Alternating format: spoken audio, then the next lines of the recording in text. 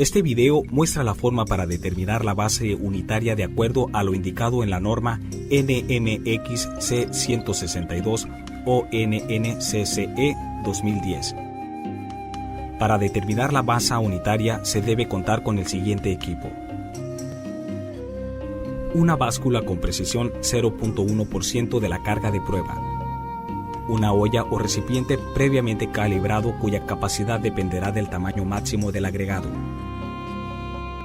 varilla para compactar concreto, la cual debe ser lisa con una o dos puntas semiesféricas de 16 milímetros de diámetro y 600 milímetros de longitud,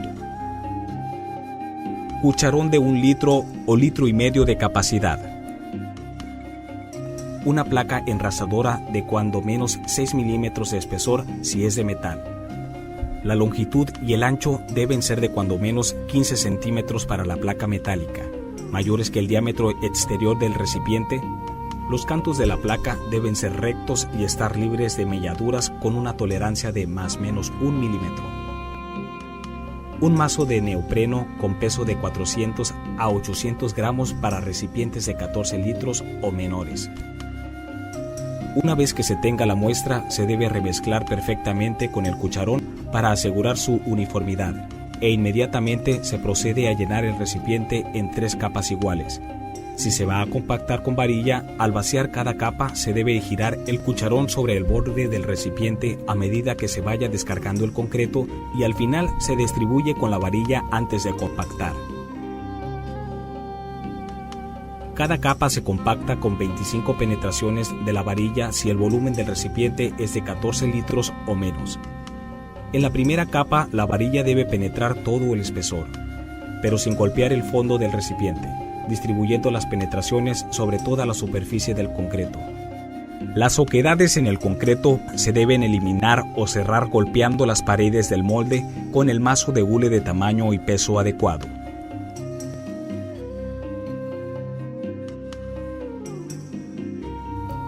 Para las 2 capas superiores, la varilla debe penetrar aproximadamente 2 centímetros en la capa inmediata inferior. Las oquedades en el concreto se deben eliminar o cerrar golpeando las paredes del molde con el mazo de hule de tamaño y peso adecuado. Si a consecuencia de la compactación en la última capa, el concreto se asienta a un nivel inferior al borde superior del molde, para recipientes de 14 litros o menores, a la 10ª o 20ª penetración se agrega concreto en exceso para mantener su nivel por encima del borde del molde todo el tiempo.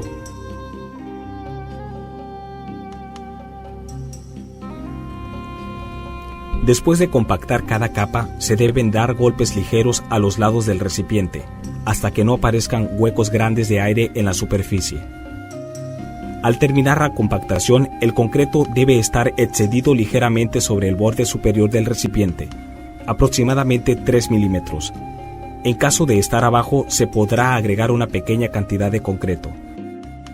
Si por el contrario contiene una cantidad considerablemente mayor, se deberá remover el exceso con una cuchara de albañil o similar antes de iniciar el enrase.